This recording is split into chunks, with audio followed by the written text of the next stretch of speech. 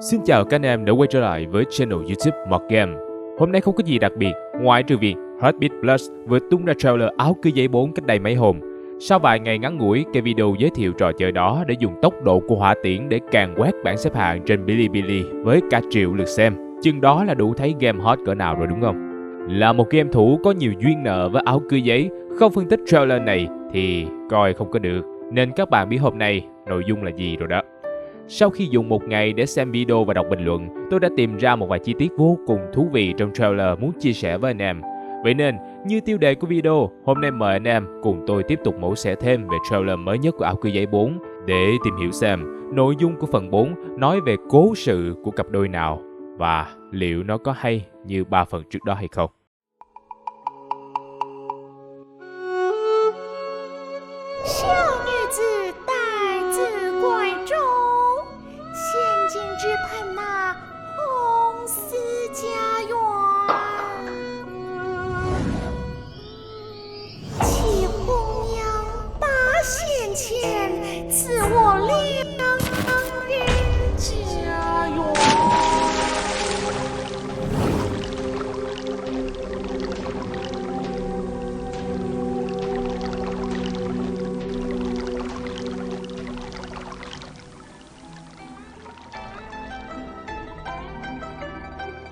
娇羞花解语，围绕一遥想。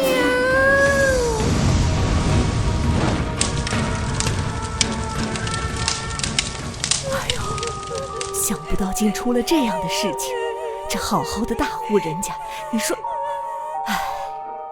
是啊，太惨了。未婚。怎么会？根据我的调查，这宅子早在民国时候就烧掉了。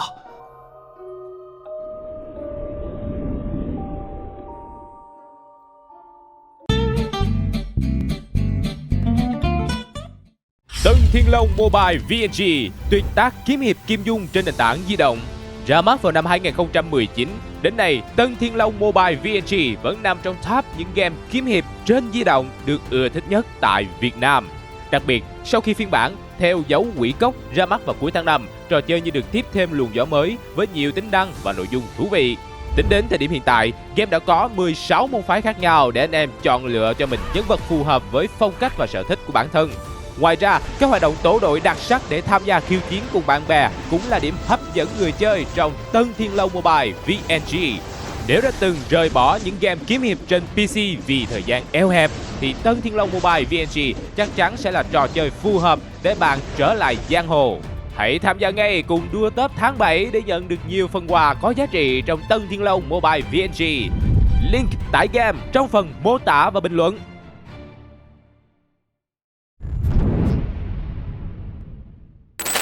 Trailer mới của áo cưới giấy 4 có gì hot? Theo thông tin của nhà phát triển thì áo cưới giấy 4 đang trong giai đoạn hậu kỳ và chỉ còn chờ ngày đến tay game thủ. Nhưng ngày nào thì họ không nói. Trước mắt chỉ có thể dự đoán là đâu đó trong mùa hè năm nay, tức là khoảng tháng 7 hoặc tháng 8. Đồng thời, Heartbeat Plus cũng cho biết sẽ ra mắt thêm một trailer trước khi game chính thức ra mắt. Thế nên anh em nào mà mê mẩn từ game này hãy cố chờ thêm một chút nha. Chúng ta sắp có thêm waifu mới rồi đó. Quay lại với câu chuyện trong game, anh em có để ý thấy so với video phân tích hé lộ bí ẩn về quỷ Tân Nương mà tôi đã làm trước đó thì trailer lần này thể hiện nội dung đầy đủ hơn rất nhiều hay không? Dựa vào những gì mà anh em thấy trong trailer, tôi có thể tóm lược đại khái câu chuyện trong áo cưới giấy phần 4 như thế này. Có một tiểu thơ xinh đẹp con nhà giàu đã đến tuổi cập kê nên đến bái Hồng Nương để xin một tấm chồng môn đăng hộ đối. Hồng Nương có thể là một vị thần chuyên mai mối hoặc cầu tình duyên, rất linh nghiệm. Cầu được ước thấy, sau đó tiểu thơ kiếm được chồng như ý, nhưng vui quá hóa buồn. Trong ngày cưới của cô đột nhiên xảy ra trận hỏa hoạn lớn, ngọn lửa thiêu rụi cả nhà, còn cô gái sau đó chết đi. Oán khí quá nặng khiến cô không thể siêu thoát mà biến thành lệ quỷ trấn giữ nơi đây. Nhiều năm sau, một chàng trai đi lạc vào căn nhà cháy năm xưa và chuyện tiếp theo thì bạn biết rồi đấy. Câu chuyện này không quá nhàm chán, nhưng so với 3 phần game trước cũng không hấp dẫn hơn bao nhiêu, chưa kể nó có vẻ chẳng liên quan gì đến nhau. Nhưng biết đâu lúc game ra mắt sẽ có những thông tin khác bổ sung thêm vào cốt truyện. Còn bây giờ chỉ với bấy nhiêu thông tin thì hãy cùng nhau phân tích xem Áo Cưới Giấy 4 sẽ kể câu chuyện như thế nào. Áo Cưới Giấy 4 và câu chuyện Tây Sương Ký. Đầu tiên thì Áo Cưới Giấy 4 có liên quan đến thôn Trang Linh hay không? Câu trả lời là có và không. Trong trailer thì đến giờ vẫn chưa có bất cứ thông tin nào khẳng định thôn Trang Linh sẽ xuất hiện, nhưng trong tương lai thì ai biết được. Còn nhớ hồi cuối tháng 6, trước khi trailer này ra mắt, nhà phát triển đã nhá hàng một bức ảnh về Áo Cưới Giấy 4. Trong ảnh ta có thể thấy một cô gái mặc áo tân nương, tay cầm đèn lồng đỏ, bước chân vào một cánh cổng lớn. Nhìn kỹ bản tên ở trên cổng, ta sẽ thấy 3 chữ trên đó là Trấn Xương. Chữ còn lại nằm trên tấm bảng đã bị tấm vải che khuất. Vì vậy, nếu dựa vào bức ảnh đó, tôi nghĩ bối cảnh này sẽ nằm ở địa điểm mới là thị trấn Xương gì đó.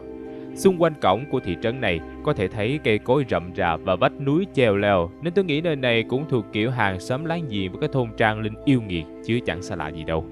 Tiếp theo là dựa vào trang phục để dự đoán thời điểm câu chuyện trong Áo Cưới Giấy 4 xảy ra.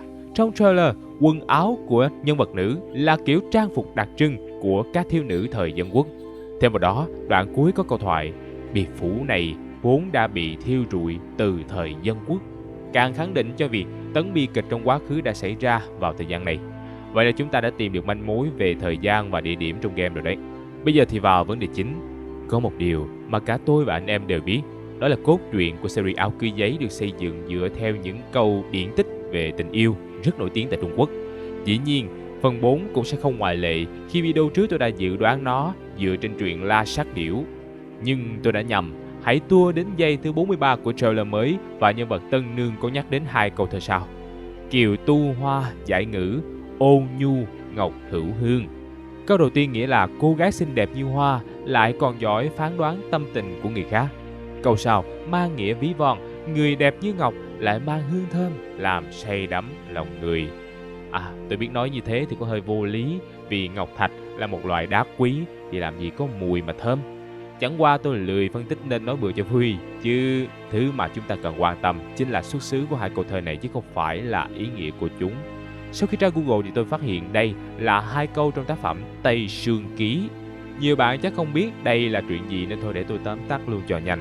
Tây Sương Ký hay tên đầy đủ là Thôi Oanh Oanh Đãi Nguyệt Tây Sương Ký, tức truyện về Thôi Oanh Oanh chờ trăng dưới mái hiên phía Tây. Đây là vở tạp kịch do tác giả Vương Thực Phủ sáng tác vào thời Nguyên Thành Tông. Nội dung miêu tả cuộc tình vượt qua môn đăng hộ đối và lễ nghi phong kiến của nàng Thôi Oanh Oanh và chàng thư sinh Trương Quân Thụy. Nếu bạn có hứng thú thể tra cứu thêm và đọc tác phẩm để trải nghiệm thêm. Trở lại với Áo Cưới Giấy 4 thì trò chơi rất có thể sử dụng nội dung của Tây Sương Ký và từ đó suy ra cặp đôi nam nữ của kỳ này sẽ mang họ Thôi và Trương.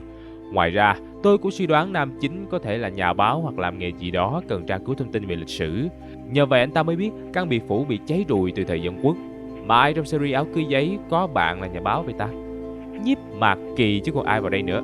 Trong đoạn cuối phần 3, Nhiếp Mạc Kỳ nói mình có một người bạn là nhà báo nên có khả năng anh ta là nam chính của Áo Cưới Giấy 4 không biết chừng. Ngoài ra, về nhân vật Hồng Nương hay bà Mai được nhắc đến trong trailer, tôi chỉ có thể tạm suy đoán đó là một phiên bản khác của Lục Tán Bồ Tát hoặc thứ gì đó mang đến xui xẻo.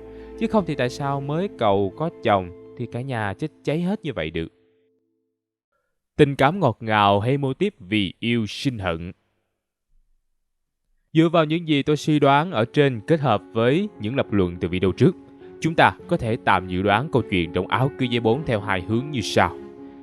Giả thuyết đầu tiên là vào thời Dân Quốc, có một tiểu thư họ Thôi sống ở thị trấn Xương, Ngày nọ, cô nghe nói Hồng Nương ở thôn Trang Linh rất linh thiêng nên đã đến cầu một lang quân như ý, rồi tình cờ gặp chàng thư sinh họ Trương nên đem lòng yêu nhau. Tuy nhiên Hồng Nương nối dây tơ hồng lại cố ý nối nhầm, khiến Thôi tiểu thư không đến được với người yêu. Ngược lại còn trở thành vật hiến tế của thôn mà ai cũng biết là thôn nào đó. Nhà Thôi tiểu thư bị đám người kia thiêu rụi, còn Trương Sinh cũng bị hại nên không thể đến gặp nàng. Nhà cháy, người yêu mất tích. Trong cơn uất ức vì nghĩ mình bị phản bội, Thôi tiểu thư đã nhảy sông tự vẫn. Đó là lý do tại sao lại có cảnh chiếc giày của nàng trôi trên sông. Vì oán hận quá nặng nên nàng trở thành kỳ nương tử được người dân thôn đó thờ phụng.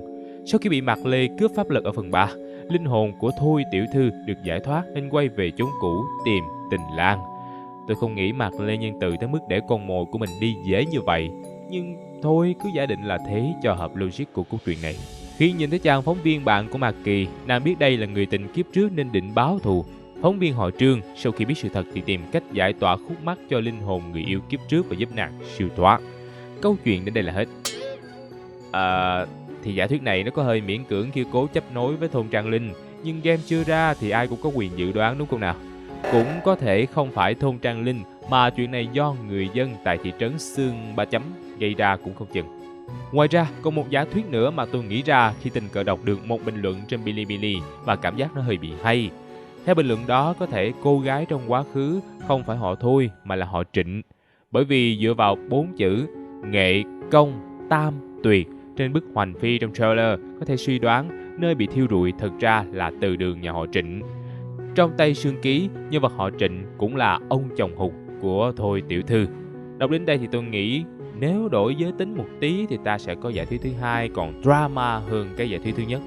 Có lẽ khi xưa, cả hai cô gái họ Trịnh và họ Trương đều đem lòng yêu chàng thư sinh họ Thôi.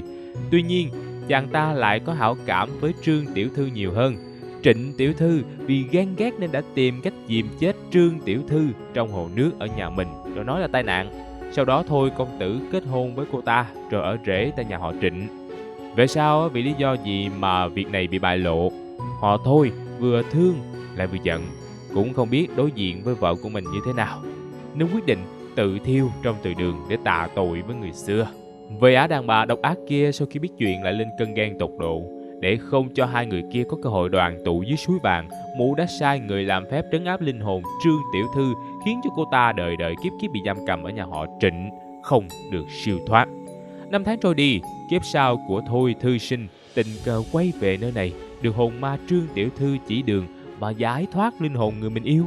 Một câu chuyện tình yêu vừa phức tạp vừa lắm drama như Em và Trịnh, nhưng ít mùi trap boy hơn.